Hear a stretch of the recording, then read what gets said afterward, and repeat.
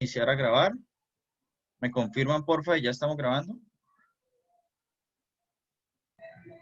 Sí, señor. Sí, señor.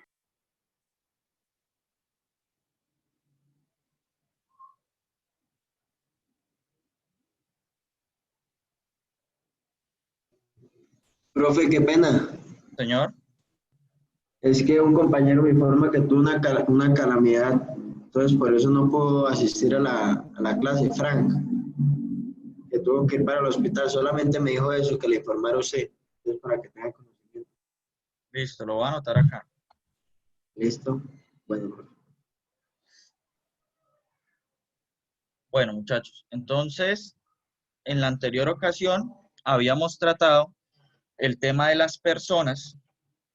En estas personas, pues, teníamos sujeto activo, sujeto pasivo.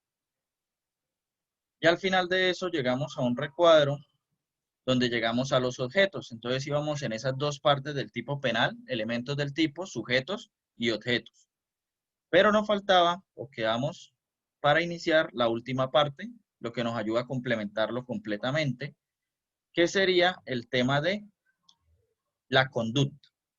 Esta es la conducta que debe realizar el agente, sujeto activo, al momento de encasillarse dentro de un tipo penal. Es así entonces que cuando se habla de conducta nos referimos a este elemento del tipo que tiene que estar unido a los otros dos que ya vimos. Pero hay que distinguirla completamente de la conducta del mundo real, ¿sí? Porque lo que ocurre ahí ya lleva una connotación completamente diferente. Es simplemente enmarcarla dentro de lo que es el accionar del tipo penal que en ese momento estamos buscando.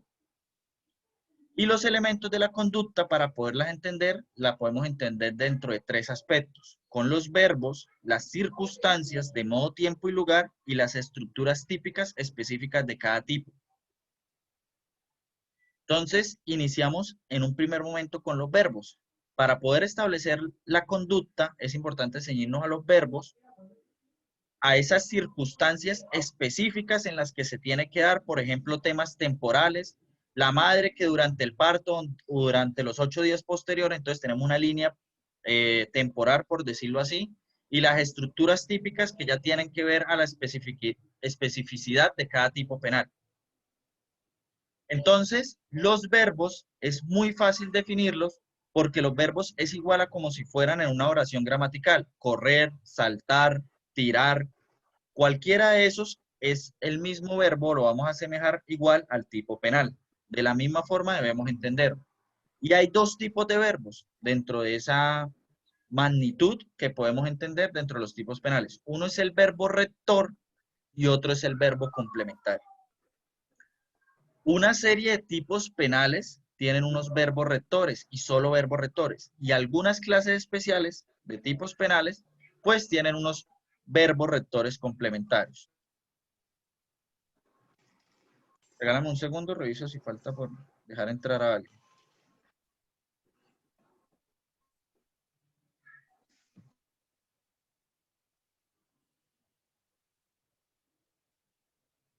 Me parece que ya están todos.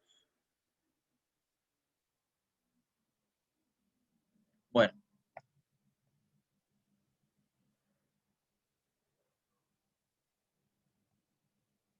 Entonces, dentro de esos verbos, como ya les hablaba, tenemos el verbo rector.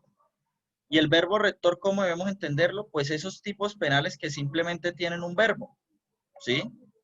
O pueden haber varios verbos, pero los verbos son divididos. No se puede cometer uno u otro. Entonces tenemos, por ejemplo, homicidio, el que matare a otro. ¿Cuál es el verbo rector? Matar. ¿Por qué? Porque no hay otra conducta. Diferente sería donde dijera la persona que lesione a otro y que posteriormente le cause la muerte, pues tendremos dos verbos ahí rectores. Y uno sería lesionar y con posterioridad pues causar muerte. Diferente, por ejemplo, en el prevaricato por omisión, donde se menciona el servidor público que omita, retarde, rehúse o deniegue. Pero usted no puede encasillarse dentro de los cuatro. Entonces, uno siempre va a ser rector y no van a ser dos. Si yo omito, quiere decir que no hice. Pero si yo retardé, no puedo decir omitir, retardé. Retardar es una palabra muy diferente, un verbo completamente diferente a omitir. que es que no hice las cosas en el tiempo en el que debían. Rehúse, pues que no quise hacerlo, y deniegue, pues que la petición no fue favorable. Detención ilegal, el que prive ilegalmente de su libertad a una persona y la sustraiga de su derecho. Entonces tenemos ahí privar de la libertad. Ese es el verbo rector. Luego de eso, tenemos una serie de verbos a los que debemos entender como verbos complementarios. Esos verbos complementarios son los que se necesitan de dos para poderse configurar. Entonces, tenemos el artículo 239. El que se apodere, entonces primero tengo que apoderarme de una cosa mueble ajena con el propósito de obtener provecho para sí o para otro, incurrirá en prisión. Con esto yo hago una pregunta. Si a mí me cae mal una persona y a esa persona le robo su celular, estamos en una salida, una discoteca, estamos todos en la discoteca, le quito su celular, salgo de la discoteca y lo boto y lo tiro, ¿incurro en el tipo penal del artículo 239? Pregunta para la clase. Sí. ¿Por qué? ¿Quién dijo sí? ¿Por qué? Yo digo que no. ¿Quién dice que no y por qué? Pues no es un beneficio para él, pero sí está haciéndole un mal a la otra persona. Ok. Pues de ahí mismo dice que sacar provecho, ¿no? Pero esta persona no está sacando provecho, solamente está por hacer el mal. Más no está haciendo para, digamos, para después atacarlo con amenazas o incurrir a meterse en su vida íntima o algo así. Bueno, cuando... Pero es una cosa ajena, tomó Señora. algo ajeno. Es una cosa ajena y tomó algo ajeno, ¿no? Tomó el celular, o sea, se lo robó el de la otra persona. Porque le caía mal, entonces pues se lo quitó, se apoderó de lo que no era de él. Claro. Pero recuerden que estos verbos complementarios se necesitan de los dos para que se puedan configurar el tipo penal, ¿sí? O sea, los dos requieren de eso para que se configure el tipo penal. Espérenme, miro el chat. Bueno, hay quien nos comenta en el chat, una cosa es afectar el patrimonio y otra cosa es buscar beneficios. Por eso les digo, el ser buen abogado, el saber bien de leyes, es importante conocer específicamente los tipos penales. El que se apodere una cosa mueble ajena con el propósito de obtener provecho para sí o para otro, incurrirá en prisión de 2 a 6 años. Tiene dos verbos rectores. Una cosa es que yo me apodere y lo abote o la dañe con razón de dañarle su patrimonio, que eso nos llevaría a una demanda de pronto de responsabilidad civil extracontractual, y otra cosa muy diferente que se pueda llegar a tener dentro del tipo penal, ¿sí? Siempre en la práctica, ¿qué es lo que se ha sucedido? Se entiende que toda persona que hurta algo es para aprovecharse, pero puede ser personas que hurten simplemente por ver mal a la otra persona. Y si se hurta solo por ver mal a la otra persona, pues eso no tendría ningún problema. Supongamos que un amigo compra un carro y yo le tengo envidia y cojo el carro y se lo estrello, o se lo boto a un río donde se hunde y se daña, pues la verdad no estoy incurso en el delito de hurto, porque nunca busqué obtener provecho. O sea, yo no quería hurtarlo, quería dañarlo a él patrimonialmente. Y es cosa diferente al tipo penal, ¿sí? Para que tengamos eso claro.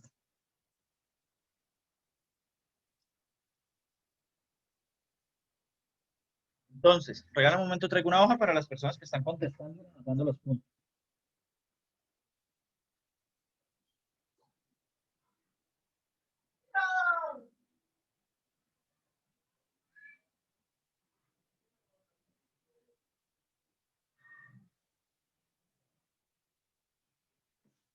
Listo.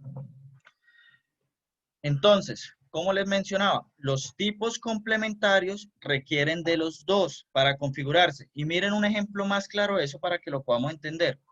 El que omitiere sin justa causa auxiliar a una persona.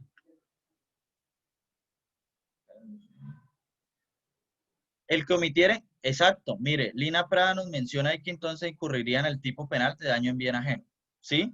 Es más configurable el daño en bien ajeno si yo no busco o tengo provecho de ese momento.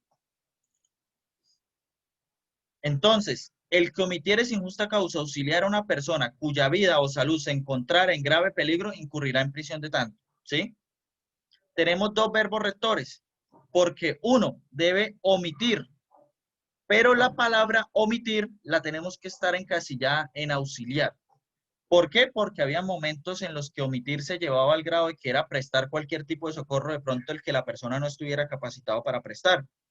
Entonces, imagínense que una persona dijera omitir sin justa causa, el que omitiera pues dar auxilio a una persona sin justa causa. Si esa palabra auxiliar no se entiende en el tema de dentro de las posibilidades que tiene la persona que en ese momento está ahí, no podríamos llegar a configurar el tipo. Sí, por ejemplo, ¿qué tal una persona que le exigiera que diera reanimación a la persona que en ese momento está ahí? Pues no, porque tiene que estar dentro de sus capacidades. Entonces, tiene dos verbos rectores, tiene que omitir y segundo, prestar ese auxilio específico a la persona. ¿Listo? Entonces, esos verbos complementarios, siempre que fiscalía o defensa vayan en ese momento a entrar dentro de un proceso penal, tienen que llegar a establecerse los dos, la omisión y la omisión de que en ese momento podía auxiliar.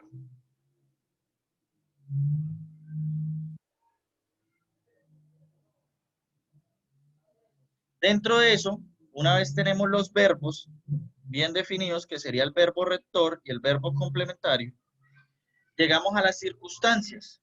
Y esas circunstancias se dividen nuevamente en tres.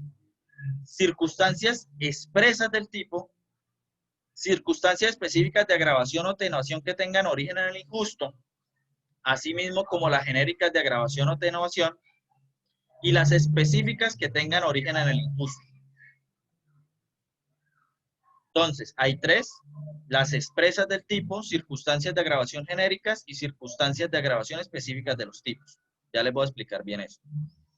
Circunstancias expresas en el tipo. Entonces, estas circunstancias no tenemos que ir a buscarlas en otro encabezado diferente del artículo en el que estamos. Entonces, están dentro del tipo penal. Y estas circunstancias son expresas, están completamente consagradas y nos llevan a identificar tres aspectos: tiempo, modo y lugar en el que se desarrolla esa conducta típica. Por ejemplo, lo que ya les venía diciendo.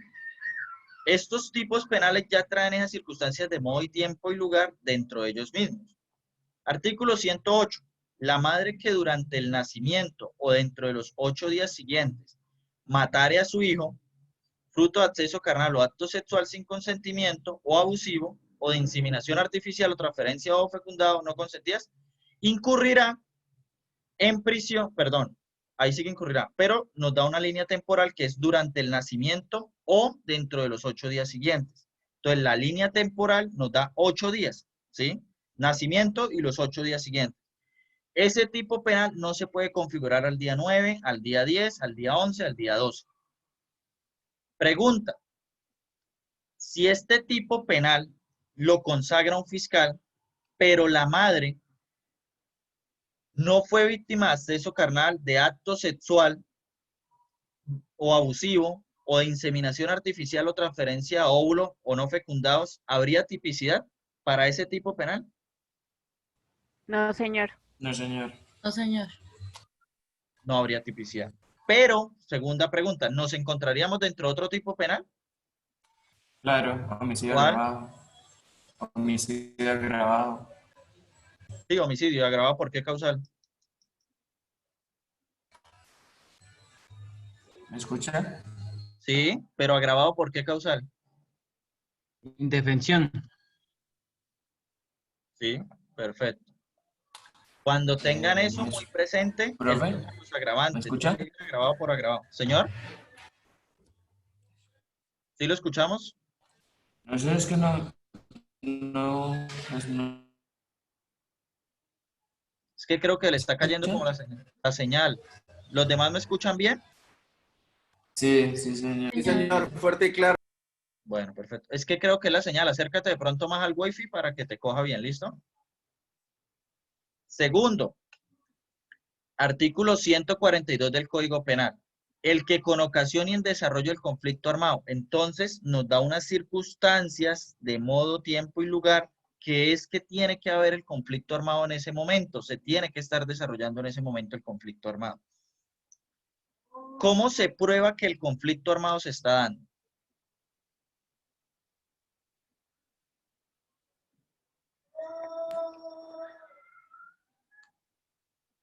¿Alguien puede decirme cómo llegarían ustedes a probar que hay conflicto armado? puede repetir? Es que escuché entrecortada la primera parte. Sí. Sí, profe, por favor. Señora, ¿quién iba a hablar? Sí, sí puedes hacer el favor, entendí. ¿De admitir a quién?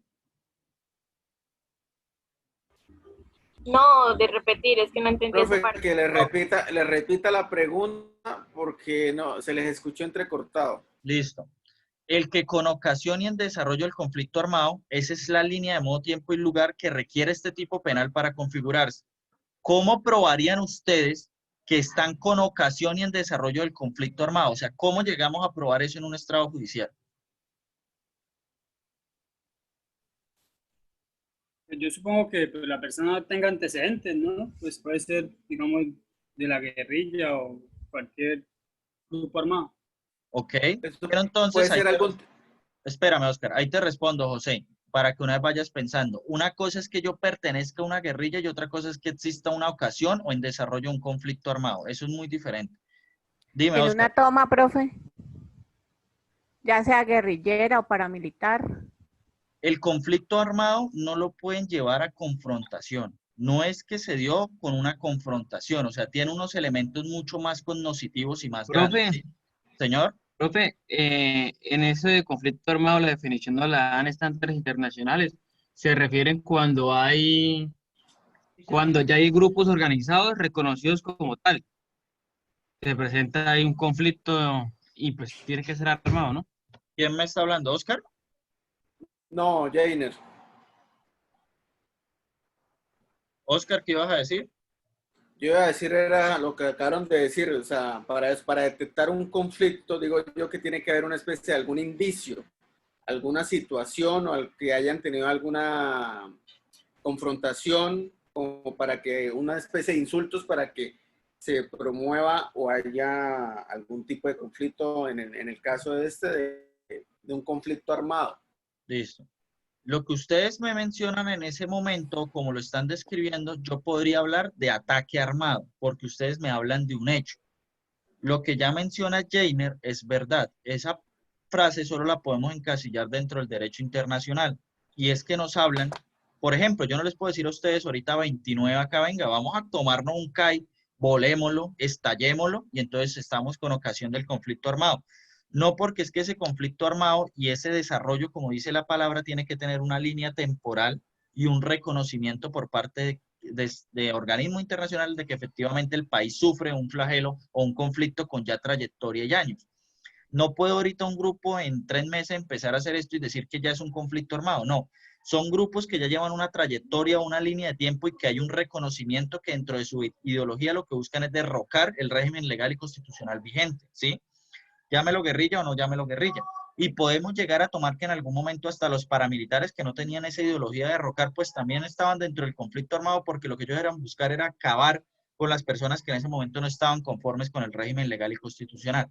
Entonces lo que dice Jainer es muy acertado y cuando leemos eso tenemos que buscarlo. No son ataques aislados. No quiere decir que en ese momento pues se tenga que haber una confrontación como tal para que haya conflicto. O sea, el conflicto no es la confrontación, porque puede ser que el ELN, como lo que pasó en la escuela de cadetes, entró, puso el bombazo y los mató. Y eso es en el conflicto armado, porque acá nunca ha dejado de haber conflicto armado. O sea, así como el ELN tiene que esperar que el ejército llegue y le bombardee campamentos de noche, que está en contra de los estándares internacionales, así se tienen que aguantar que ellos le entren y también den. Sin que yo esté diciendo que está bien un acto o el otro. Les estoy diciendo que ya en esa temática, ahí es donde engloba el conflicto armado. No es como tal un combate, sino que es que ya esos dos estamentos, como lo es el ejército o como lo es el grupo armado al margen de la ley, que sería el ELN, pues ya están en una completa disputa y se tiene que entender que todo acto que se haga guardando los estándares internacionales, pues es un acto que sea con ocasión o desarrollo del conflicto armado. ¿Me hago entender? Sí, señor. Listo, perfecto. Entonces, el conflicto, no entendamos conflicto como un ataque, sino como una trayectoria de hechos y desarrollos que se dan. Tenemos unas circunstancias dentro del Código Penal ya específicas. Como les dije, hay unos agravantes genéricos que pueden estar para todos los tipos penales, pero hay unos agravantes específicos. Entonces, Circunstancias de agravación para los delitos sexuales, las circunstancias de agravación para el homicidio, es un artículo completamente único solo para el homicidio. El artículo 104 no se lo podemos aplicar a otro tipo penal que no sea el de homicidio. Y con eso que dije, pregunta. Las causales del artículo 104, pueden mirar el código de agravación del homicidio, ¿se las puedo aplicar al feminicidio? Miren el Código Penal, artículo de feminicidio, y el que me responda a eso tiene punto una vez. Le Profe, puedo porque son dos delitos diferentes. El feminicidio está tipificado diferente que el homicidio y él mismo tiene sus agravantes. Sí, pero por eso les digo, lean el artículo del feminicidio y sobre ese me responden. ¿Quién fue el que respondió eso? Cañas, Cañas. Jainer Cañas. Jainer, dices que no, ¿cierto? No. Ok. ¿Alguien tiene otra postura o todos se acogen a la postura del compañero? Profe, Profe, yo opino que sí. no. Yo digo que no porque ya el feminicidio ya consta de ciertas circunstancias para que se considere como tal. Ok. La compañera que me dijo que sí, ¿quién es? Carolina. Carolina, ¿por qué sí? Porque independientemente dice que más o menos aplica para los cónyuges o compañeros permanentes, el padre o madre de familia, y más o menos vemos que los casos de feminicidio se presenta mucho en que ha sido o un compañero sentimental o el novio o el exnovio, entonces yo creo que sí aplicarían esas circunstancias de agravación. Okay. Cuando les digo que deben leer bien es por lo siguiente. Alguien que por favor me lea el artículo 104b del Código Penal, literal, perdón, G.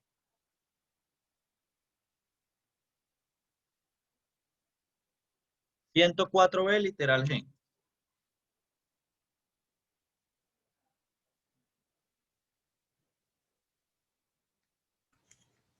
Por medio de las circunstancias de agravación punitiva descritas en los numerales 1, 3, 5, 6, 7 y 8 del artículo 104 de este código. Sí, el artículo 104, literal G, nos remite a las circunstancias de agravación 1, 3, 5, 6, 7 y 8 del homicidio. Entonces tenemos remisión normativa y por lo tanto en ese caso, al tener remisión normativa, sí podemos aplicarlas también al feminicidio. ¿Ven? Por eso les decía, lean bien el artículo y todos los parágrafos de agravación del feminicidio. Él mismo nos remite. Tenemos entonces los demás. 110, 241, 245, 247, 266, 269, 401, 440 y 451. Esas circunstancias de agravación son específicas para los tipos penales que en ese momento enmarcan. Ahora vienen una serie de circunstancias genéricas de agravación o atenuación con el origen del injusto. Y esas circunstancias están en la parte general. Y pues en un primer momento podemos decir que se puede aplicar a cualquier tipo penal, en un primer momento. Con posterioridad se tienen que llegar a aplicar pues de manera específica y viendo el contexto del mismo tipo penal.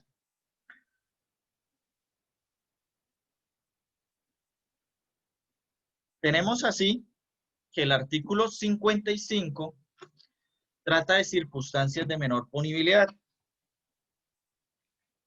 Vamos a hablar de esas circunstancias de menor punibilidad. 55. Carencia de antecedentes penales. Primera.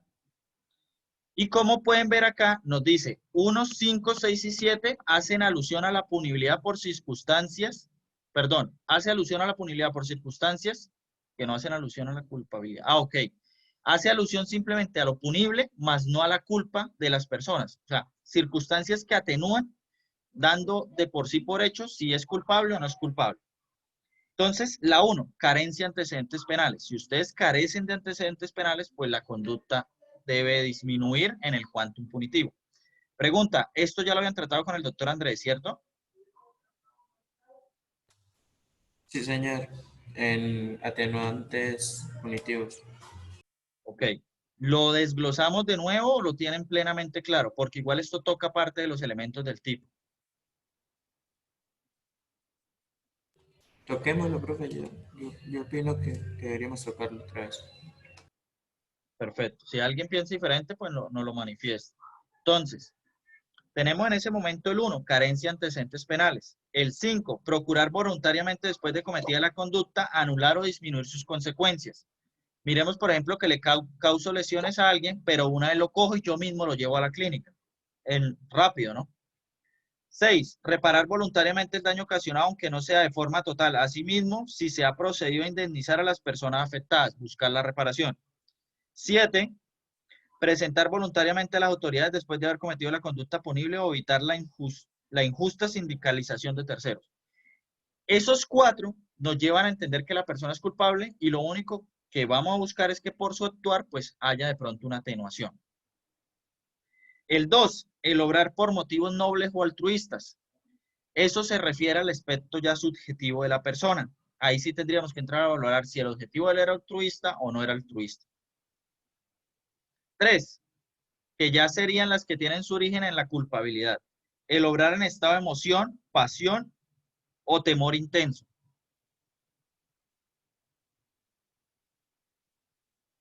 La 4, la influencia premiante circunstancias personales o familiares en la ejecución de la conducta.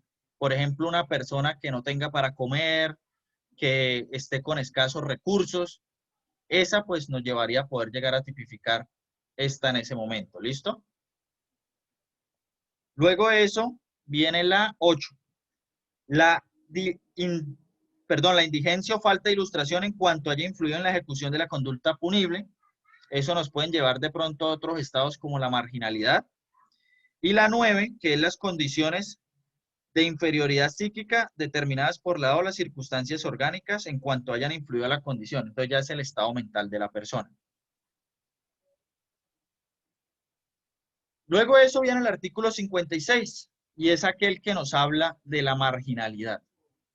Entonces es pues hablar de esas circunstancias que hacen alusión a las condiciones personales de la persona, ¿sí? A cómo estaba, a ese estado de pobreza extrema, a esos grados de falta de conocimiento, falta de ilustración que tienen las personas. ¿Qué es lo que sucede con la marginalidad en la práctica? Que es difícil de probar.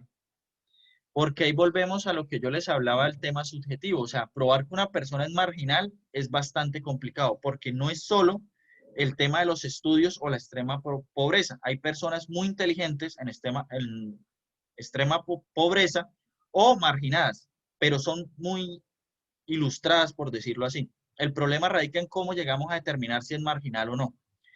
Entonces, eso más que todo, para llegarlo a probar, sería bueno de pronto un examen psicológico donde sea una persona ya capacitada la que pueda llegar a establecernos, bueno, sí o no, está dentro de ese estándar de marginalidad, o podemos llegar a sacarlo por lo mismo. Pero no se puede con prueba objetiva decir, no, solo estudió hasta primero primaria, no tuvo muchos trabajos, ha vivido en la pobreza. No, tiene que tener una carga probatoria fuerte. Las circunstancias de mayor punibilidad las tenemos en el artículo 58.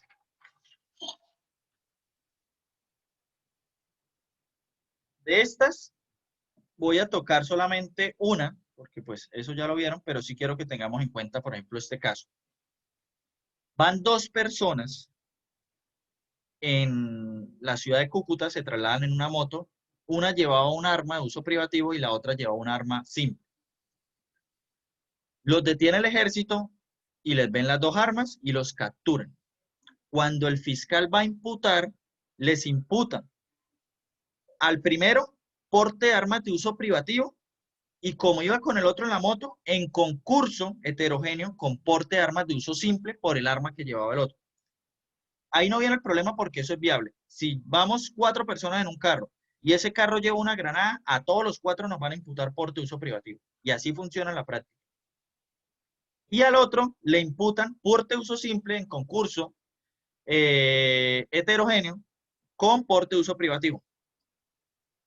Pero luego eso, el fiscal llega y coge el artículo 58 y le mete el agravante 10, obrar en coparticipación criminal. Pues como estaban los dos ahí, les mete el agravante. ¿Quién cree que esa imputación está bien o quién cree que esa imputación está mal? Vuelvo y repito. Por favor. Ok. Profe, además yo no entendí qué es arma de uso privativo. Profe, pero entonces ahí esto se basaría solamente por el tipo de arma nada más. O sea, solamente porque es de uso privativo, entonces queda descartada la otra, ¿por eso es? No, nunca quedó descartada. Vuelvo y explico un poco más lento. A ver, ¿qué es lo que sucede? Armas de uso privativo, Profe. señor. Ah, sí, eso que por favor explique qué es un arma de uso privativo. Sí. Armas de uso privativo son aquellas que el ejército, dentro de sus decretos que ha expedido, dice, estas no pueden ser usadas por la ciudadanía.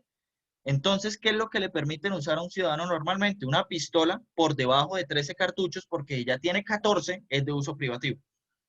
Y un revólver, sería lo mínimo, pero a nosotros no nos permiten ni usar granadas, ni usar ametralladoras, o sea, todo ese tipo de armas grandes, todo eso entra del uso privativo, porque es privativo de la fuerza militar, lo que quiere decir que solo ellos pueden utilizarlas. Entonces, se llama porte de uso privativo de las fuerzas militares a solo lo que puede usar las fuerzas militares.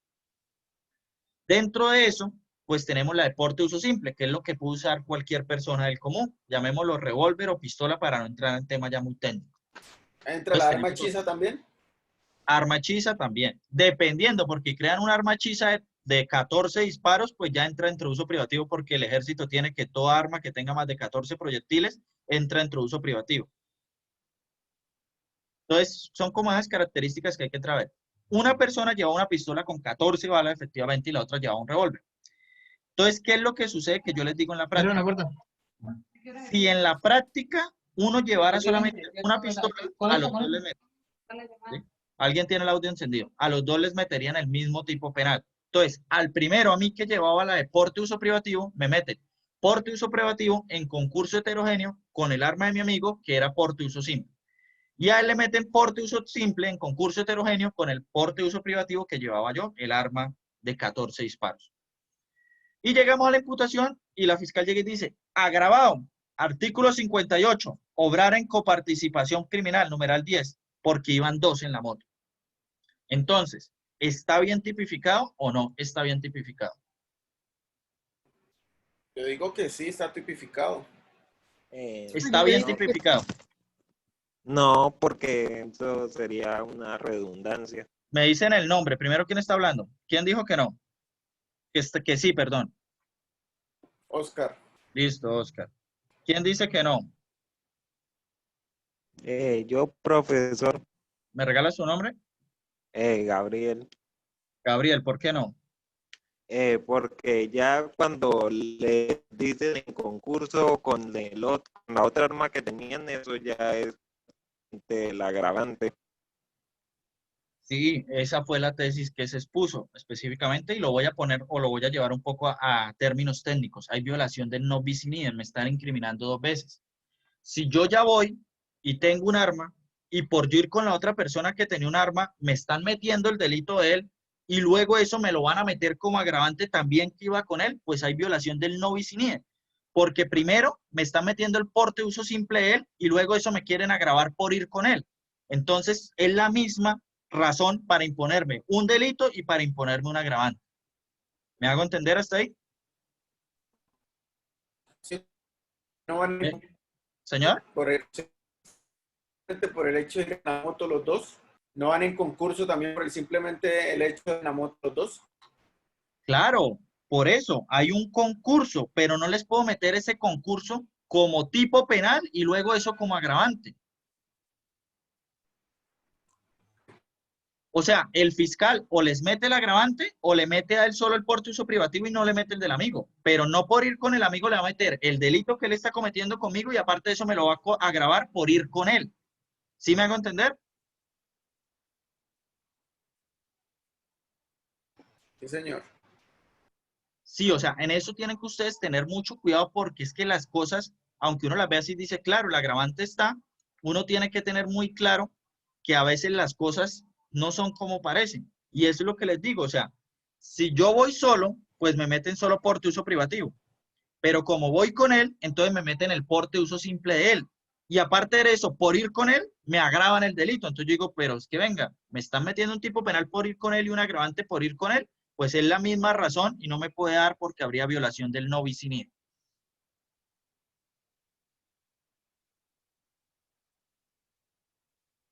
La estructura típica, llegamos a la otra parte. Al final les voy a hacer un cuadrito para que resumamos eso mucho más fácil para el trabajo, ¿listo? Pero sí es bueno ver estos temas así poco a poco. Entonces, las estructuras típicas tienen que ver a que pues hay exigencias dentro de cada tipo penal que es diferente a los otros. Por ejemplo, la acción, la omisión, el resultado, el dolo, la culpa y la preterintención. Entonces, unos tipos penales le van a decir, a usted lo condeno por hacer, matar a alguien. A usted lo condeno por omitir, ayudar a alguien. A usted lo condeno si resulta que mata a alguien, o usted lo condeno si simplemente sale con un arma porque pone en peligro a la ciudad.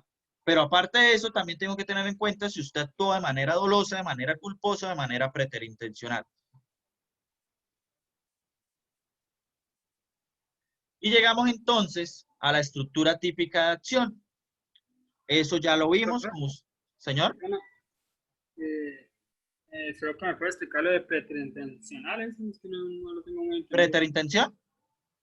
Sí, señor. Perfecto, sí, señor, claro que sí. Tenemos elementos simples de la conciencia. Dolo es cuando yo ataco a una persona queriendo hacerlo o quiero hacer la conducta. Culpa es cuando actúo de manera negligente o de manera no normal, como lo haría el común de las personas, y cometo la conducta, pero yo no quería hacerlo, pero lo hago. Preterintención es algo que está en la mitad y muy pocos tipos penales lo tienen. El homicidio y creo que otro, de resto no hay tipos penales. Preterintención es cuando yo quiero a una persona causar un tipo penal o hacer una acción sobre este y me termino pasando. Entonces, una persona a mí me insultó, yo quiero irlo a golpear, pero le pego un puño en la cara y el puño en la cara él se cae y se mata. Eso es preterintención, porque no puedo meterlo en la culpa toda vez que yo sí quería causarle daño, pero tampoco puedo meterlo dentro del dolo, en lo que tiene que ver al homicidio, porque yo no quería matarlo. Entonces, como un limbo entre los dos, donde yo quería hacerle algo, pero me pasé. Eso es la preterintención. ¿Me hago entender? Sí, entonces, ¿cómo entraría? Como en los videos que salen que se participan jugando así como boxeo, y terminan entre amigos, ¿no? Y terminan matando al otro, ¿ahí que entraría? ¿Como culposo o preterintención? Culposo, ahí no podría entrar la preterintención. Y es más, ahí podría haber hasta eximiente porque es un deporte de alto riesgo. La preterintención ahí sería complicado porque es que usted en última no quiere la intención de causar el tipo penal de lesiones personales, ¿sí? Usted está dentro de algo que se llama boxeo. Obviamente que sea así, si ya es algo callejero, sin reglas, o sea, muy fuerte, pues habría que estudiar cada tipo penal de manera específica, ¿sí? Ver, por ejemplo, la connotación. Pero un boxeador que mate a otro en el ring ni siquiera respondería toda vez que es un deporte y se entiende como deporte de alto riesgo. Entonces, tenemos esa estructura típica de acción, que son, por ejemplo, el homicidio, cuando nos habla de matar, o el que realiza exceso carnal. La persona tiene que hacer esa acción o tiene que, el elemento volitivo dentro de su cabeza, llevarlo a realizar esa acción. Luego vienen las de omisión, que eso ya lo vimos. El servidor público que omita, retarde o rehúse, y la omisión de socorro, el que omitiere sin justa causa, auxiliar a una persona cuya vida o salud se encuentre en peligro. Y ahí llegamos a que una cosa es la omisión, cuando pues la vemos dentro de los tipos, no hay tipos penales de omisión propia o impropia, pero sí la omisión la podemos llamar como propia e impropia, ¿sí? Entonces no podemos decir, este tipo penal nos habla de omisión impropia o este tipo penal nos habla de omisión propia. Pero sí, los tipos penales de omisión tenemos que mirar si esa omisión es propia o es impropia. Y la omisión propia es aquella que está expresamente en el tipo penal, por ejemplo, los que acabamos de ver. El servidor público que omita, retarde, rehúse o deniegue. Ya la impropia viene a aquellos que tienen posición de garante. Posición de garante en lo que tiene que ver, por ejemplo, los temas de deber, cuidado y diligencia, ¿sí? Los padres con sus hijos, los profesores con sus alumnos. Ahí podríamos entrar en un tema de omisión impropia, porque ellos tienen posición de garante. Llegamos así a la estructura típica de ya de los tipos penales del resultado. Y cuando hablamos de resultado como elemento del tipo, nos referimos al resultado fáctico ontológico. Y es decir, como modificación del mundo externo. Y vamos ahí a llevar a dos tipos de resultados. Entonces, un resultado fáctico dentro de tipos de omisión y un resultado jurídico. Recuerden que yo les hablé en un momento que hay tipos penales de resultado y hay tipos penales de peligro. Resultado es cuando se comete la conducta matar, peligro pues cuando simplemente pongo en peligro los bienes jurídicos. Aún así, existen dos cosas, que es cuando nos referimos a esa estructura típica de resultado en un sentido fáctico y resultado en un sentido jurídico. El servidor público que omita, pues dentro de ese delito de prevaricato por omisión, no está haciendo un resultado fáctico, porque él no está haciendo nada, está omitiendo. Pero hay un resultado jurídico y fue que omitió. Y ese resultado jurídico, omitir, es lo que nos lleva al tipo penal. Entonces, me hago entender un poco mejor. Si bien hay tipos penales de resultado y hay tipos penales de peligro, una cosa es el resultado fáctico y otra cosa es el resultado jurídico del tipo. Todos los tipos penales tienen que tener resultado jurídico, así sea omisión o sea acción. Entonces, este tipo penal, por ejemplo, de prevaricato por omisión, tiene un resultado jurídico. ¿Cuál es el resultado jurídico? Que la persona tiene que omitir realizar cualquier cosa. No hay un resultado fáctico porque pues él no hace nada, está omitiendo. ¿Me hago entender ahí?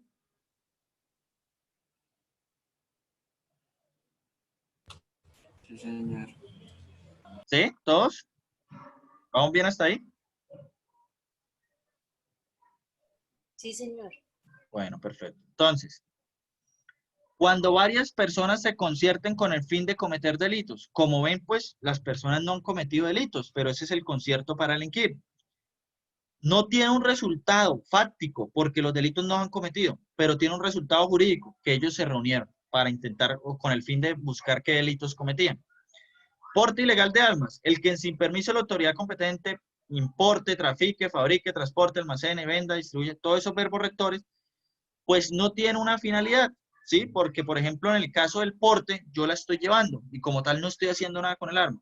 Pero el ya portarla crea un resultado jurídico que es lo que lleva a esos tipos penales de peligro. Entonces, obsérvese que esos resultados no exigen un resultado fáctico, ontológico, natural o naturalístico. Simplemente exigen un resultado jurídico, que es de analizar la antijuridicidad. Y la antijuridicidad es el daño. Entonces los analizamos. Cuando varias personas se concierten con el fin de cometer delitos, ya están cometiendo un daño porque ya están buscando ese actuar delictivo. Cuando yo porto el arma sin permiso y la saco a la calle, estoy cometiendo un daño, pues estoy poniendo en peligro a la sociedad. Y de ahí llegamos a la estructura típica del dolo. Entonces, un tipo penal es doloso o exigirá el dolo cuando de manera expresa no diga culpa o preterintención. Entonces, vamos a entender que todos los tipos penales son dolosos, a menos que diga este tipo penal es homicidio culposo o es homicidio preterintencional o es prevaricato culposo, dependiendo de los que tengan ese tipo. Ahora bien, puedo con esta afirmación llegar a suponer, no dentro del tipo, sino dentro de un caso, que si una persona omite prestar socorro a otra, actuó con dolo. En un caso de que una persona esté muriendo y una persona de una vez llegue y no le presta socorro, ¿puedo entender per se que actuó con dolo? No, Pero porque pienso que no, porque primero que para todo tiene que... justificado la omisión. Esperen, el nombre y van hablando uno por uno. ¿Quién primero? Lina, Lina, dime. yo pienso que no, porque ya para eso está tipificado como omisión. Profe, yo también Ok. pienso que no, porque... José. ¿Que no por Pienso qué? que no porque primero que todo, pues para usted cometer un delito doloso, pues obviamente conocer o por lo menos ser alguien cercano o tener al menos una riña. Pero pues acá simplemente encontró a la persona que estaba, pues digamos, agonizando y pues no quiso socorrerla. Quién sabe cuál motivo, puede ser que no sabía cómo socorrerla, pero para mí no se convierte en... ¿Su nombre? ¿Me regala su nombre? Juan, ¿Cómo? Yair. Yair. ¿Quién más? Yo, profe yo esto, Daniela, Daniela, dime. yo yo lo quisiera, haría porque no quiere actuar, o sea, no, sabiendo que lo puede hacer, pero no lo hace. O sea, tú dices que sí. ¿Sí? Daniela. Sí, profe. Listo, sí. ¿Quién más? profe, esto, yo opino que no, porque pues, por ejemplo, la omisión de socorro es, el dolo básicamente es como tener la intención de hacer ese daño, mientras que, por ejemplo, usted la omisión de socorro es un hecho fortuito, Listo, ahí usted no lo, está. Sí, El dolo como yo le que eché debe pura cometer papa. la acción, mientras que lo otro es para omisión. Exacto, esto para el dolo usted no lo tenía planeado, o sea, usted no fue el responsable de esa conducta, entonces usted ya como tal usted comete la omisión y ya está catalogada como omisión de socorro, entonces no creo que ya que quepa el tipo del dolo. Ok. Bueno, primero, como les dije ahorita, hay una máxima y es que todos los tipos penales que no tengan culpa tiene que establecerse el dolo. Y la omisión o los tipos penales de omisión tienen que tener el dolo inmerso en los tipos penales. No puede ser que una persona por prevaricato le digan que omitió hacer tal tarea, pero la persona encargada de llevarle la tarea para que le hiciera nunca se la entregó. Entonces, en esos tipos también hay que establecer que la persona actuó con dolo. Si yo voy por la calle y una persona está muriendo, pero yo no la escucho y yo no sé nada de ella y sigo, pues no cometo el tipo penal. Pero desde el momento en el que yo la veo y ella está pidiendo socorro, o yo la escucho, o por alguno de mis sentidos puedo percibir que eso está sucediendo, y no la auxilio y me voy, eso es actuar con dolo en omisión. ¿Sí? Porque yo tengo la intención de no ayudarla y el elemento volitivo está ahí. Eso en un primer aspecto para que lo entendamos. Entonces, esos tipos penales también toca que establecer el tema del dolo, si él quería hacerlo o no. Segundo, otra cosa es muy diferente a que yo pueda presumir que toda persona que no prestó socorro actuó con dolo. No puedo llegar a presumir eso y eso debe ser probatoriamente, se tiene que dar. Primero, si yo soy una persona que le temo a la sangre o la sangre me desmaya y una persona herida está muriendo y yo me voy, si bien yo actúo con dolo de irme, yo tengo una justificante en ese momento para no ayudarla porque yo hubiera terminado desmayado y no la podría ayudar. Entonces, aunque en ese caso hubiera dolo, nos llevamos a un tema probatorio de la capacidad que tiene la persona para ejecutar o no la acción de ayudar. Importante, todo tipo penal que no tenga culpa tiene dolo. El dolo cabe dentro de la omisión porque cuando se omiten las acciones debe ser de manera consciente. Si no es de manera consciente, no habría tipo penal. Y tercero, nunca podemos llegar a suponer que existe dolo en determinados tipos. Se tiene que llegar a probar. ¿Claros hasta ahí? Sí, señor. Sí, señor. Pregunta, ¿quién prueba en el proceso penal que el procesado actuó con dolo? ¿La fiscalía o la defensa? La fiscalía, claro. La La fiscalía. defensa. ¿Listo? Siempre la fiscalía tiene que llegar a probar eso.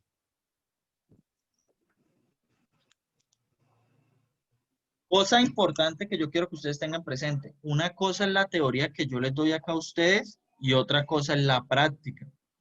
Yo tuve un caso de una persona que lo cogieron con 100 kilos de marihuana entrando acá a Bucaramanga y a nosotros nos tocó llegar a probar que él no actuó con dolo. O sea, en la práctica, aunque la carga la tiene la fiscalía, se hablan ahí de unas cosas muy tontas como inversión de carga de la prueba que uno no lleva a saber hasta dónde pueden invertir, porque entonces en todos los casos se van a poner a invertir y la fiscalía nunca probó que él actuó con dolo, pero a nosotros aún así para reforzar nos tocó llevar testigos y pasarlo. Entonces, si bien en un primer momento sí hay que atacarlo, ustedes dentro de una buena defensa, dentro de un buen proyecto que vayan a hacer de investigación, tienen que ir a buscarlo. O sea, si ustedes están para el abogado defensor, díganle, doctor, pues sí, la fiscalía es quien debe probarlo, pero mejor nosotros probemos también que él no actuó con dolo. Bueno, el dolo puede ser presumido, eso ya lo hablamos. Si el dolo es la intención o voluntad, señor. Acerca de la primera, es que, digamos, dijo que si uno iba pasando y que si veía que la persona estaba pidiendo auxilio, uno tendría que socorrerlo, si no entraría en homicidio.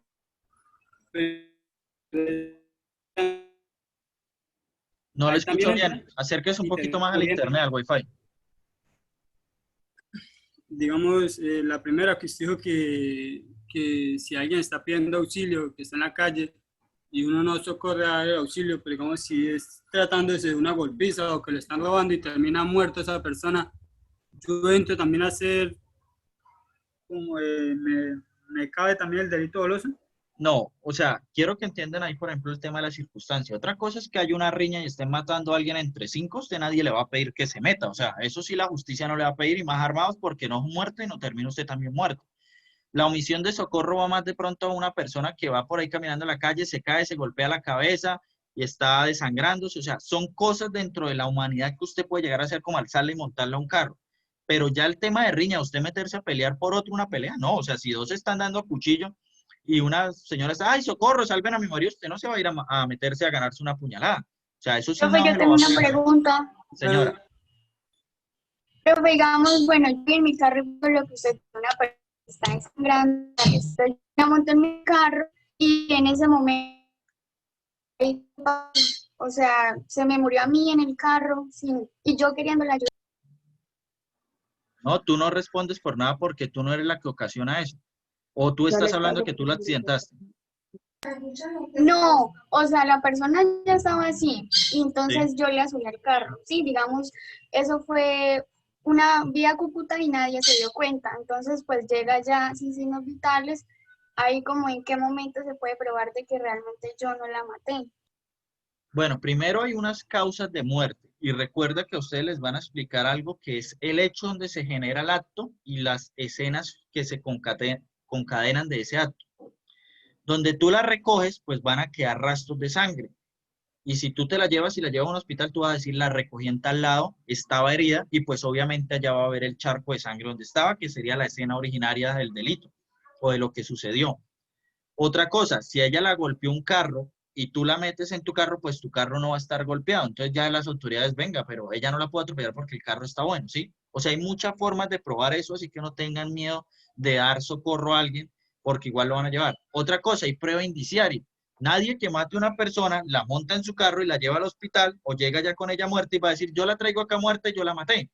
No, se supone que las personas que hacen eso son las personas que no tuvieron que ver con el hecho. ¿Sí? Entonces tendríamos pruebas indiciarias, el hecho donde se recoge la víctima y, por ejemplo, el tipo de lesión que se le propinó, pues tú no tendrías el arma con el que se propinó. ¿Sí me hago entender?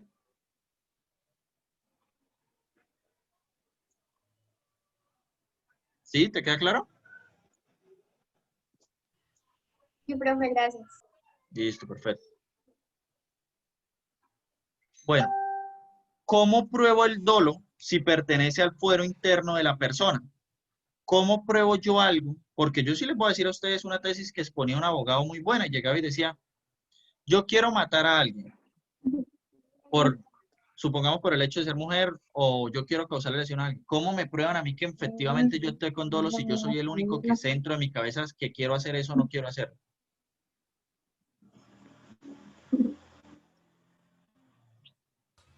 Pues, profe, haciendo una retrospección de las acciones, o sea, obviamente nadie se va a meter a su cabeza, pero por su actuar se puede deducir, obviamente.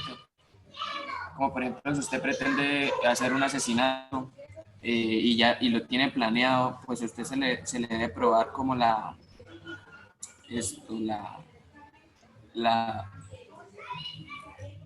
la intención no, o sea, por qué la quiere hacer, se debe probar.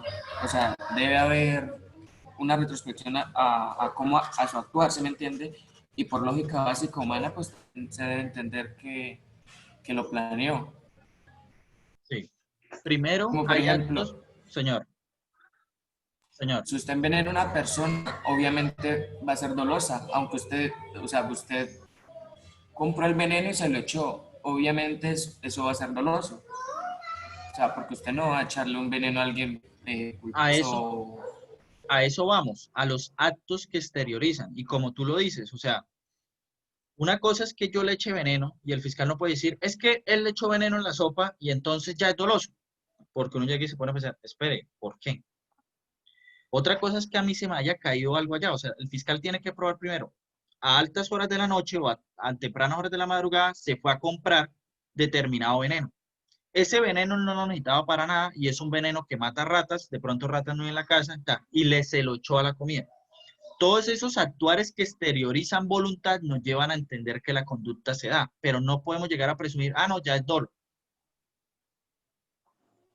La gravedad del daño, como nos dice María, no se tiene en cuenta. Una cosa sí son las pruebas que se recolectan, sí, pero la gravedad del daño no tiene que ver con eso, porque yo puedo causar mucho daño sin quererlo. Julián pregunta, profe, ¿la ley es objetiva o es subjetiva? La ley positiva se entiende de por sí que es objetiva, pero tiene elementos subjetivos, ¿sí? Lo subjetivo es la conciencia. Por ejemplo, si yo tengo la intención de matar a otra persona, pues es objetivo. Matar o ese requisito principal elemental es objetivo. Matar, ir a hacer la acción. Pero también tiene un contenido subjetivo dentro de la misma y es entender si lo hice con dolo, con culpa, con preterintención. Todo eso se tiene que establecer. Entonces, en un primer momento la ley se positiviza para entender que es objetiva. Pero en el derecho penal todo se vuelve o es una de las ramas del derecho más subjetivas porque siempre hay que tener en cuenta la intención de la persona. ¿Alguien quería preguntar algo?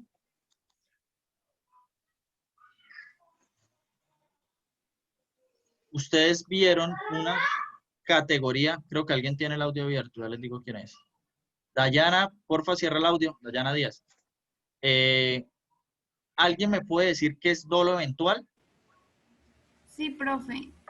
¿Qué es? El dolo eventual es la realización de la infracción penal que ha sido prevista como probable, es decir, o sea, que la persona aún sabiendo el daño que puede causar la acción, continúa haciéndolo y no se percibe del resultado que pueda obtener, o sea, que pueda ser...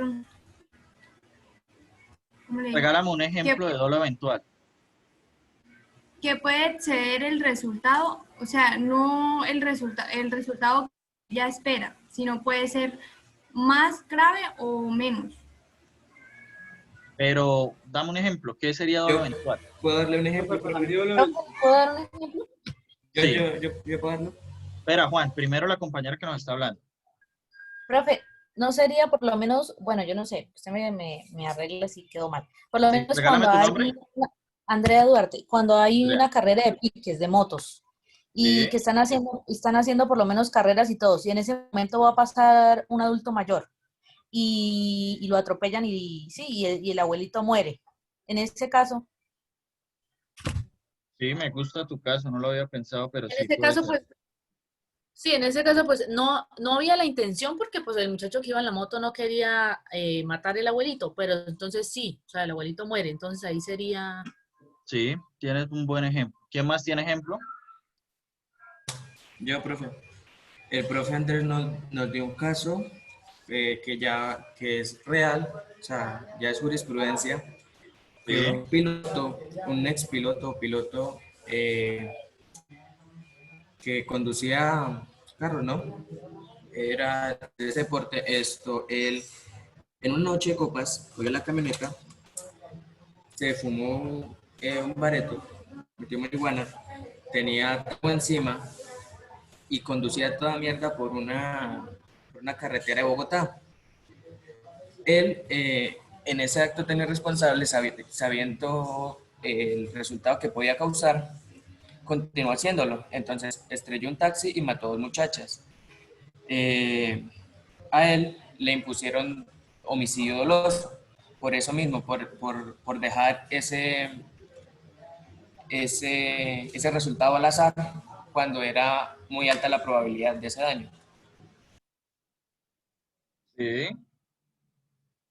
Entonces, pues Ese por eso, tipo penal de accidente de tránsito en estado de embriaguez o eso antes se catalogaba como culposo. El problema que resultaba era de una persona que se dejara en ese momento que cometiera, por ejemplo, habían homicidios de personas borrachas y mataban y salían con 2 años de cárcel, nunca tocaban cárcel, suspensión de la pena y se iban. A raíz de eso fue que se empieza a implementar la teoría del dolo eventual en esos casos. Y es que yo tomo y aunque no quiero matar a nadie, sí tengo una alta probabilidad de matar a alguien borracho y entonces lo dejo a un evento, lo dejo al azar, lo dejo a la suerte, a que si puede o no puede suceder y ahí es donde viene la figura. ¿Alguien más tiene un ejemplo diferente de sus compañeros? Profe, puede ser, sí, el dolo eventual también podría ser, digamos, en el momento en que hacen ese tipo de drogas con bebidas y que termina intoxicando a la persona y la persona pues termina muriendo. Puede ser también dolo. ¿Pero en qué contexto? Digamos que por recocha, por digamos un video para viralizarlo y eso, le da a tomar cualquier bebida y pues termina matando a la persona. Depende. ¿Eso tendría que ser dolo eventual o no? En tu caso puede ser dolo eventual y no. Porque, por ejemplo, hay un caso de una persona que ya se había medicado, una mina que ya se había, perdón, una persona que ya se había medicado llega a mi casa y pues yo le doy de pronto un jugo de borojó o algo así. Eso pasó con un abuelo que creo que había tomado Viagra y la mujer también le dio Viagra y otras cosas y lo mató. Eso es completamente culposo. En esos juegos tendría que verse hasta dónde, porque si le echan un poco de maricadas ahí y no saben ni siquiera qué es, eso es completamente doloso. O sea, ni siquiera están dejando al azar. El azar es que tiene que haber una probabilidad por lo menos de que no. Pero si le empiezan a echar muchas cosas que no se sabe qué es, el cuerpo humano no soporta digestión de determinadas sustancias en un lapso corto de tiempo. O sea, y aunque no lo sepa, pues no entraría eventual. Entonces ahí empieza a jugarnos mucho más qué fue lo que le echaron, qué de tanto le echaron y qué tan bien estaba como en ese momento el contexto del ambiente. Profe, una pregunta. Señora. En el caso del juego de la ruleta rusa, ¿ahí se podría catalogar como dolo eventual? No, ahí es dolo, ahí no hay evento. Al que le caiga la ¿No? bala se va a morir. Ahí no, o sea, ahí no juega azar. O sea, el azar es que va a morir. ¿Sí me entiendes? O sea, en la ruleta rusa hay la intención de que alguien muera. O sea, no podemos quitar que si se juega eso es porque es la intención de que alguien muera. El fin es ese. Yo, en cambio, cuando salgo con mi carro borracho, mi fin no es matar a nadie, pero tengo una alta probabilidad. En cambio, el juego ya crea un fin de que alguien muera. María Alejandra, tú nos mencionas cuando se coge a golpes a la pareja y finalmente le causa la muerte. No, es dolo eventual, sería preterintención. Recuérdate que entonces es un delito, quieren causar lesiones, pero se extralimita y lo lleva a la muerte. Eso nos lleva a esa preterintención. María Díaz, yo dejo una mina en la vía con el objetivo de explotar cierto carro. Y creo que pues tú ahí nos estás presumiendo que explotas otro. Pero volvemos al mismo ejemplo de la ruleta rusa. Quien deja la intención de la mina ya de por sí es matar. Entonces es doloso. Que se equivocó de blanco es una cosa completamente diferente. Pero la intención de él era matar. Entonces eso no nos lleva a dolo eventual. Nos lleva específicamente a dolo. Lo mismo el caso que mencionaban ahorita, la motocicleta. Yo voy a alta velocidad, yo no quiero matar a nadie, quiero ganar un pique. Y ese es el fin de la persona que lleva en el momento en la cabeza. Diferente dejar una mina, diferente de jugar a la ruleta rusa.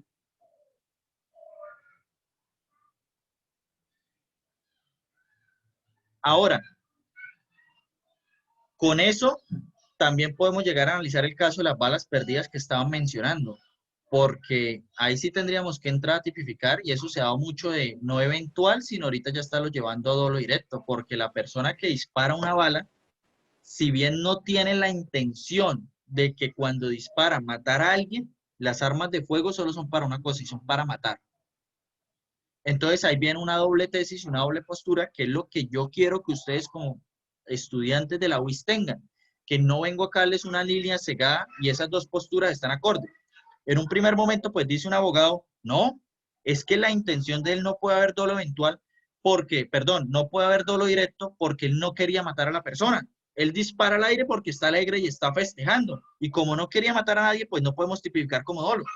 Y le dice el otro, ah, sí, pero es que está jugando es con un arma de fuego. Y el arma de fuego solo tiene una finalidad y es matar. Y si utiliza un arma para disparar, que la finalidad es matar, pues iríamos a dolo. Entonces llegan dos tesis y se chocan. Y hasta ahorita, pues eso no es que se haya definido muy bien o se haya decantado decir si es esto o es lo otro. Pero sí ven cómo hay argumentos fuertes y se desglosan desde pequeñas líneas. ¿Sí me hice entender de pronto con ese ejemplo de los dos? Cómo uno lo lleva a una tesis del arma y cómo el otro lo lleva a la tesis de la intencionalidad.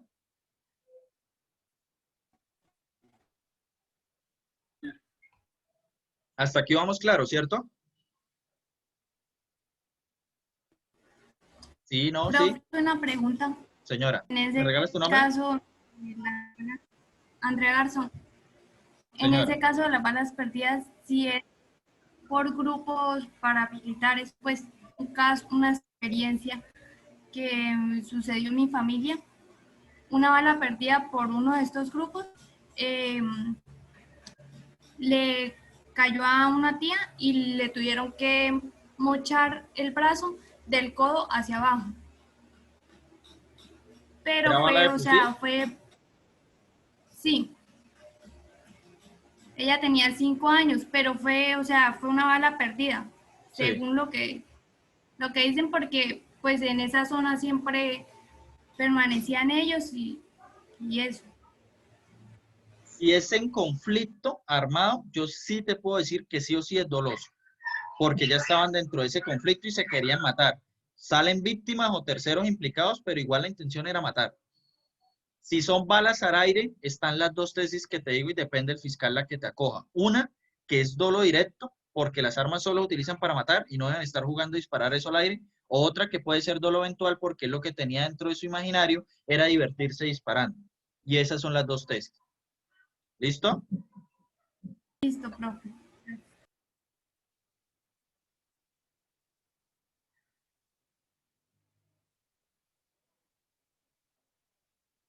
La estructura típica de la culpa o influencia. Entonces, el tipo penal debe traer de manera expresa que es culposo o no es culposo. Homicidio culposo, el peculado culposo, esos tipos penales ya lo tienen ahí. Solo hay un artículo que cambia toda la estructura de los tipos penales de culpa y es el artículo 360 del Código Penal. Porque el artículo 360 dice, todos los artículos o todos los tipos penales que antecedieron a este, dentro de ese título, serán culposos o tienen la culpa o les cabe la culpa. Entonces, esos artículos, por ejemplo, no traen en específico la culpa, pero sí traen el artículo 360 que dice, todos de acá para atrás, hasta el título, pueden ser culposos. De resto, sí, cada artículo los trae específicamente dentro del tipo.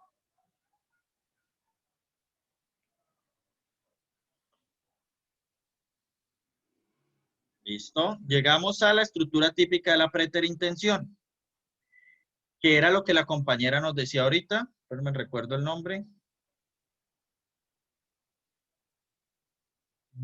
María Alejandra, acá viene por qué es preterintención lo que tú preguntabas. El tipo penal será preterintencional o exige la preterintención cuando de manera expresa diga esto. Homicidio preterintencional. El que preterintencionalmente matará a otro. Parto o aborto preterintencional. Si a causa de una lesión infligida a una mujer sobreviene parto prematuro que tenga consecuencias nocivas para la salud de la criatura o sobrevenga el aborto. Entonces, la persona que le pega a una mujer embarazada no quiere que aborte, pero a través de los golpes se hace el aborto. Entonces, él quería causar lesiones y termina causando aborto. Él quería causar lesiones y termina causando la muerte. Entonces, ahí no viene el dolo eventual porque la persona sí quiere causar un tipo penal que sería lesiones personales y termina desencadenándolo en otro más grave. Pregunta, si no existiera el homicidio preterintencional en ese artículo 105 y alguien causa lesiones a una persona pero termina dándole la muerte a otro, ¿la conducta sería típica? ¿Sería típica, perdón? Si no existiera ese artículo, homicidio preterintencional, y alguien quiere causar lesiones a una persona, pero termina dando muerte a esta, ¿la conducta sería atípica?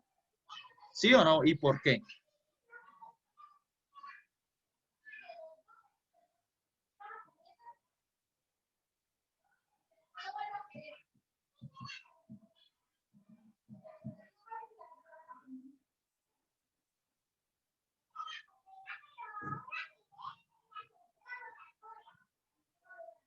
¿Alguien? ¿Sí me escuchan? Chat, a ver. Profe, sería típica porque si no está en el código, entonces no se puede culpar por eso. Sí, en un primer momento sería atípico y tendría que estudiarse dentro del elemento cognoscitivo. ¿Cuál es el problema? Que cuando no hay tipos penales en Colombia, en la práctica se llena con otros tipos. Y entonces, ¿qué es lo que va a hacer el fiscal? No, le dio golpes y lo mató. Y como lo mató, pues ahí sí ya podemos entender que hay dolo, por lo menos para causar lesiones. Y le tocaría a la defensa ir a probar que lo único que quería era lesionarlo. Y la verdad sería demasiado complicado. O sea, donde no existiera preterintención, yo les diría, la conducta, como ustedes me dicen, debería ser atípica. Pero en la práctica, a todo el mundo le meterían homicidio doloso. Y eso es lo que quiero que entiendan, porque yo no les vengo a dar a ustedes acá una camisa de fuerza y decirles, no, eso sería típica. Y luego entonces, por ejemplo, le quite la preterintención y ustedes vean que en la práctica no se da eso y todos lo empiezan a meter homicidio doloso, porque es que una cosa es la teoría y otra cosa es la práctica. Por eso yo les digo, ¿qué pasa en la realidad y cuál es lo que dice la norma? Pero adecuémonos. Pero muy bien Lina y muy bien María Díaz, porque sí, sería típica.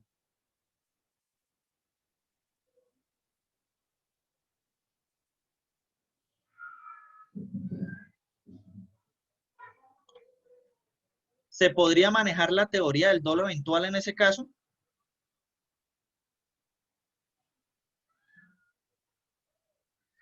En una golpiza yo creo que sí, porque usted sabe que lo Sí. está golpeando y hay una alta probabilidad de causarle un daño mayor. Entonces usted ya lo dejas como al azar, porque sabe que Julián nos puede... habla y María nos dice sí se Yo creo que no. podría. Y en la práctica eso podría ser algo, como lo dice María Alejandra, si no existiera la preterintención, podríamos llegar a mirar el tema del dolo eventual, ¿sí? También entonces ahí nos entraría, bueno, le di una golpiza y lo dejé ahí tirado y me fui. Ahí podríamos empezar a jugar con el dolo eventual y es lo que quiero que ustedes vean. Acá, a falta de normas, pues tenemos que mirar a ver qué es lo que nos puede dar las teorías y hasta dónde. ¿Son determinantes las lesiones para establecer la preterintención? Claro que sí, profe, no es lo mismo darle un tiro a alguien en el pie y que muera porque le dio en una vena principal, a darle un tiro, por ejemplo, en el pecho y que muera. O sea, ya eso podría categorizar como homicidio culposo o preterintencional. Claro. Las lesiones que uno causa es lo que nos lleva a ver ese elemento externo. Si yo a una persona le quiero dar lesiones con un puñal, pues voy y le meto una puñalada en la pierna. Pero no puedo decir que le quiero causar lesiones y le meto una puñalada en la cabeza, ¿sí? Entonces, sí es importante como tener el contexto y ver eso. María Díaz, María, ¿tú tienes audio? ¿No? María, ¿qué es la sevicia? Explícame qué es sevicia.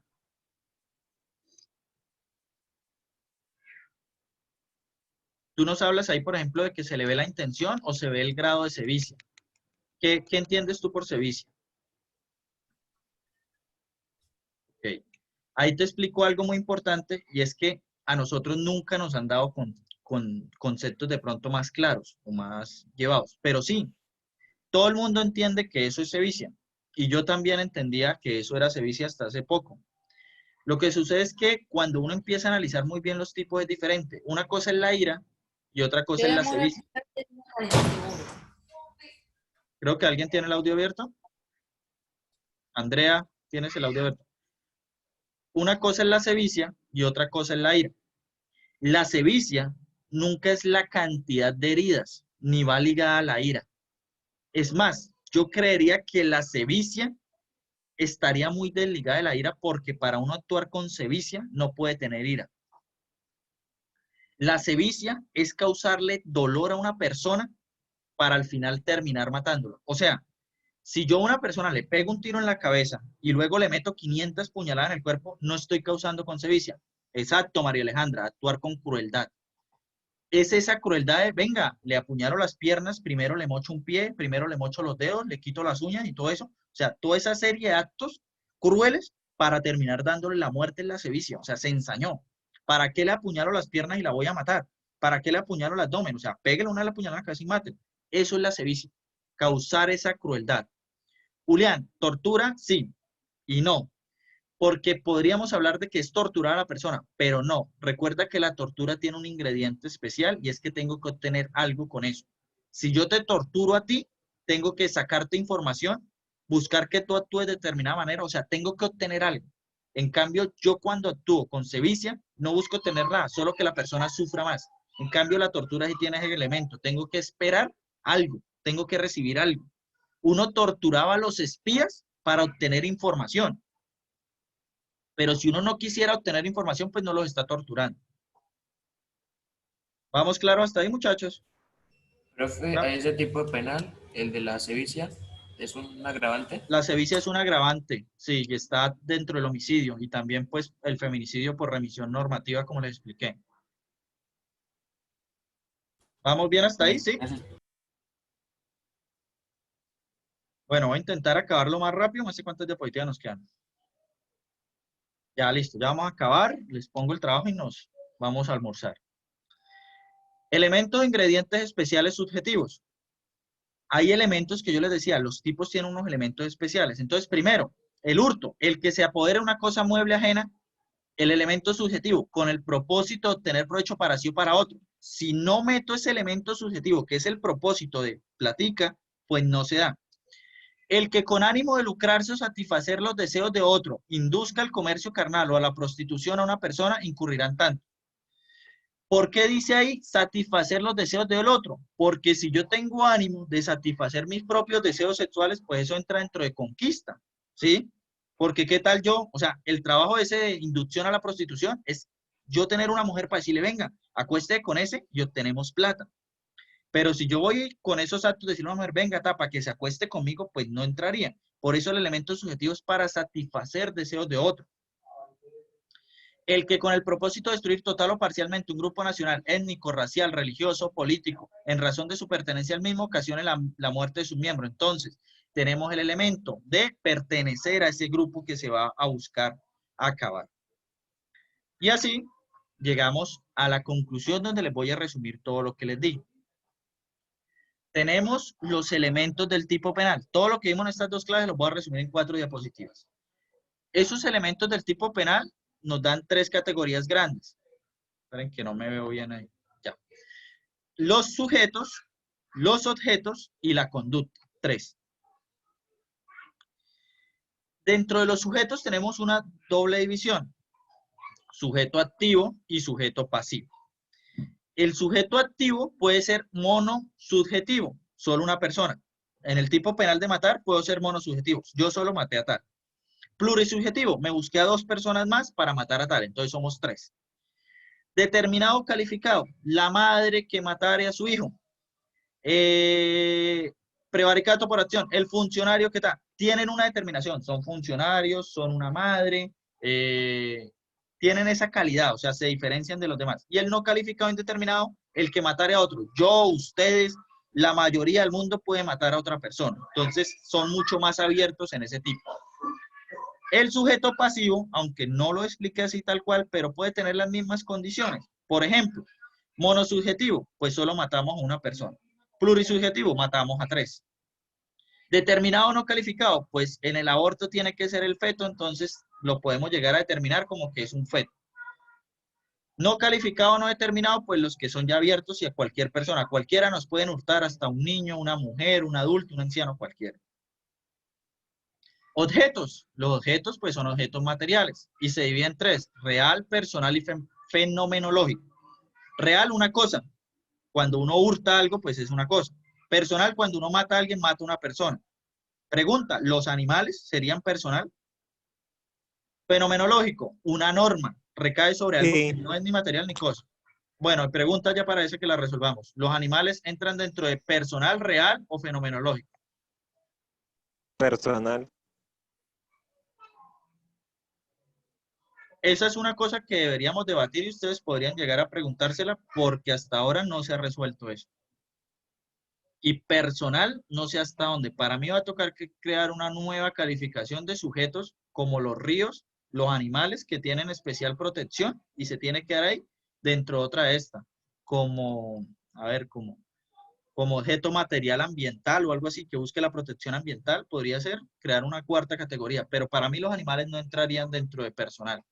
Pero si no nos dieran más categorías, sí toca, como el compañero dice, meterlos dentro del personal.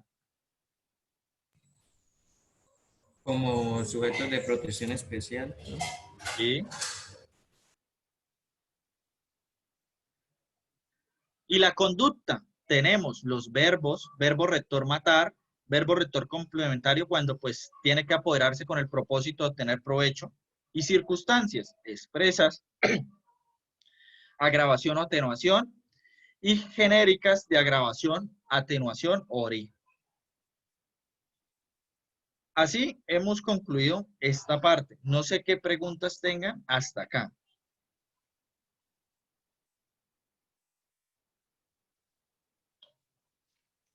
Preguntas o dudas que nos hayan quedado hasta este apartado.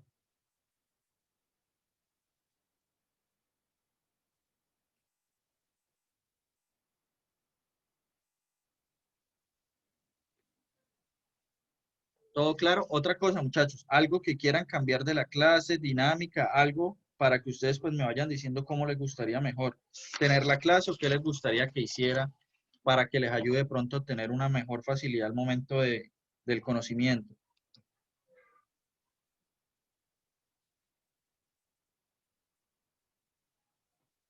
¿Alguien que quiera compartir cómo les ha parecido la clase? ¿Está bien? ¿Quieren que cambiemos algo? Profe, Para mí está bien. para mí está bien, No, profe. está bien. Haciendo la práctica, la teoría, Pues, todo. profe, me parece Profe. bastante, Es importante. Señor. personalmente me parece bastante asertiva porque pues vamos bajo la misma línea que íbamos con el profesor Andrés, o sea, es parecida a la clase y pues yo creo que a todos nos fue bien, o a la mayoría nos fue bien con el profesor Andrés, usted va bajo la misma línea, ¿no? Entonces, a mí me parece que está bien. Perfecto. ¿Quién más iba a opinar? Por ahí habían unas compañeras. Profe, Señora. para mí pues lo único sería que tratara de hablar más despacio porque a veces habla muy rápido y me toca Ok.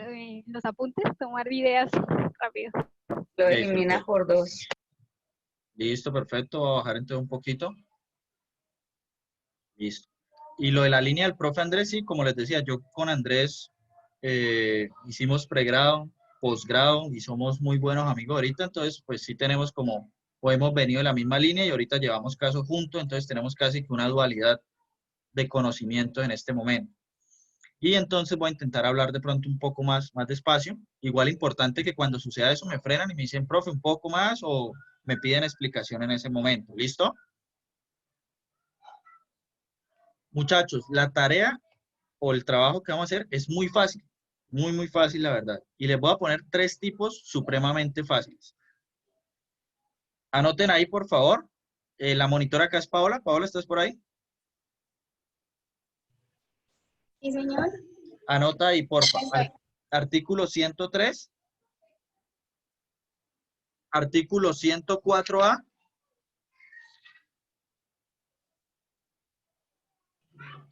¿Listo? 111 y 122. Esos artículos son 122 aborto, 111 lesiones. 122, ¿qué? Perdón.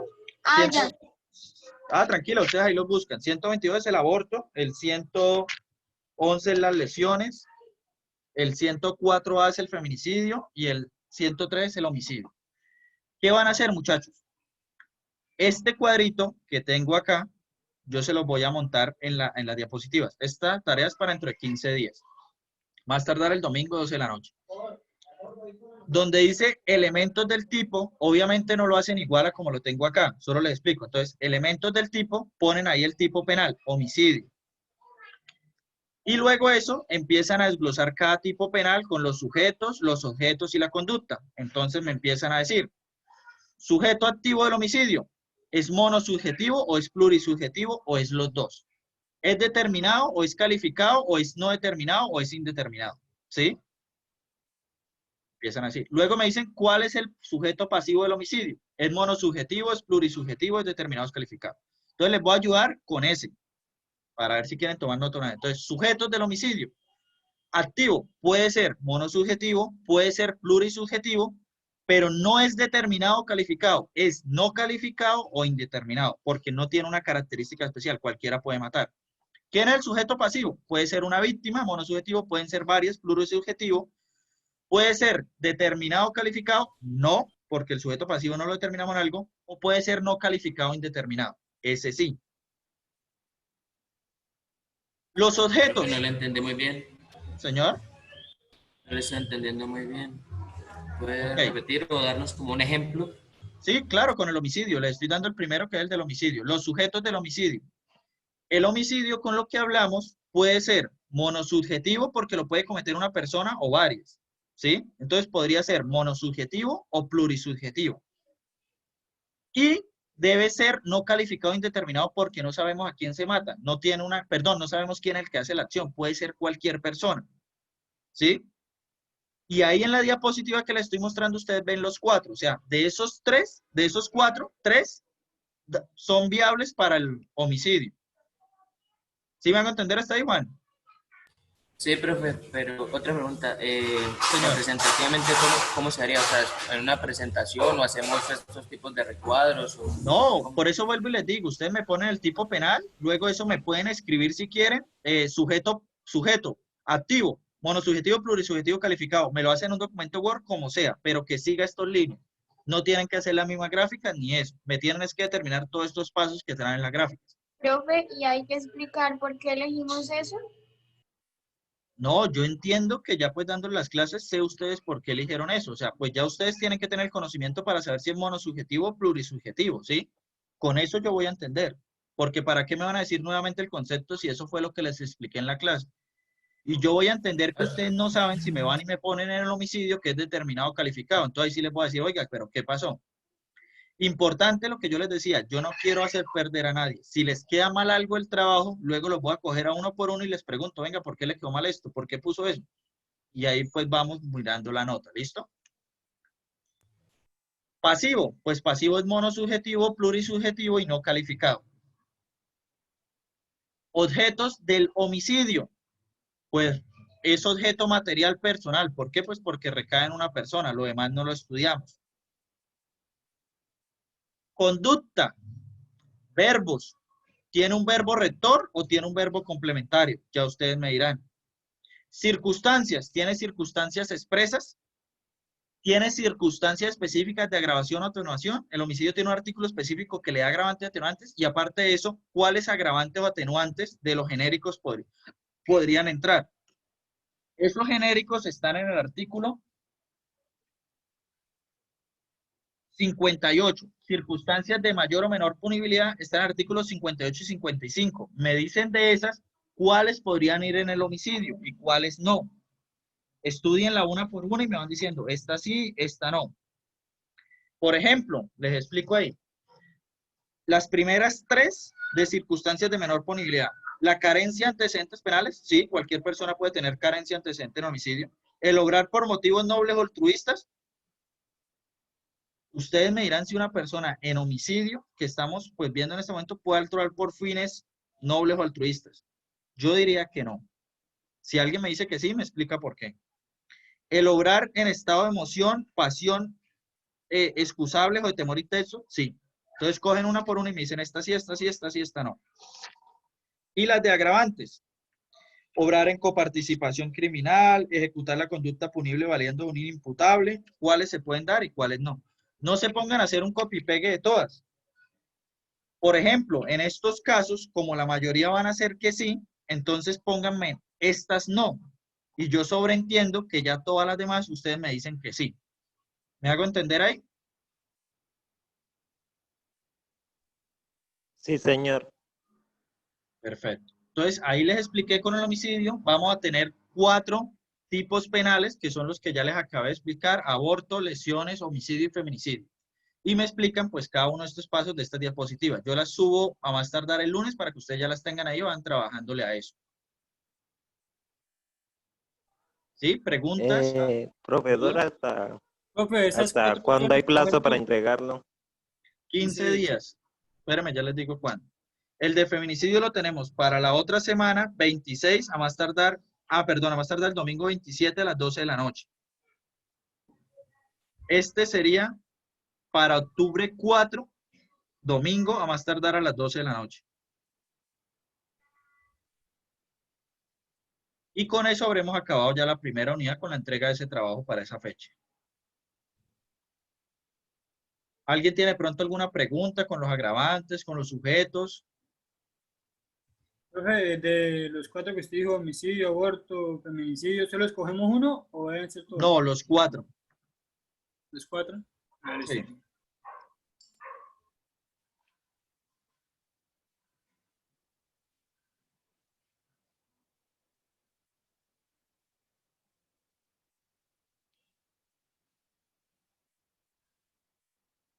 Espérenme que tenía un quinto que me había olvidado. Tenía acá ya tachado. Y el que vimos ahorita, que vimos bien, omisión de socorro, 131. Son 5. Omisión de socorro, artículo 131. ¿Listo? Entonces tenemos esos 5. ¿Me puede repetir los 5, por favor? Sí, ok. Homicidio, 104. Perdón, 103. Feminicidio, 104A. Lesiones, 111. Aborto, 122. Y omisión de socorro, 131.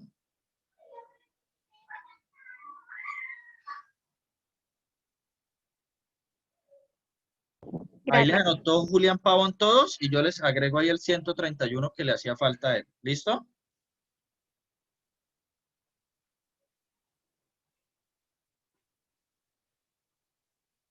Listo, muchachos. Entonces quedamos así por hoy. Descansen, almuercen, para que no sé si ahorita tengan también clase y sigan con eso. Que estén muy bien. Listo, profe. Muchas gracias. Bueno, hasta luego. Que tengan muy buena tarde. Chao. No, profesora, hasta luego y gracias. Hasta luego. Gracias, profe. Hasta luego, que estén bien.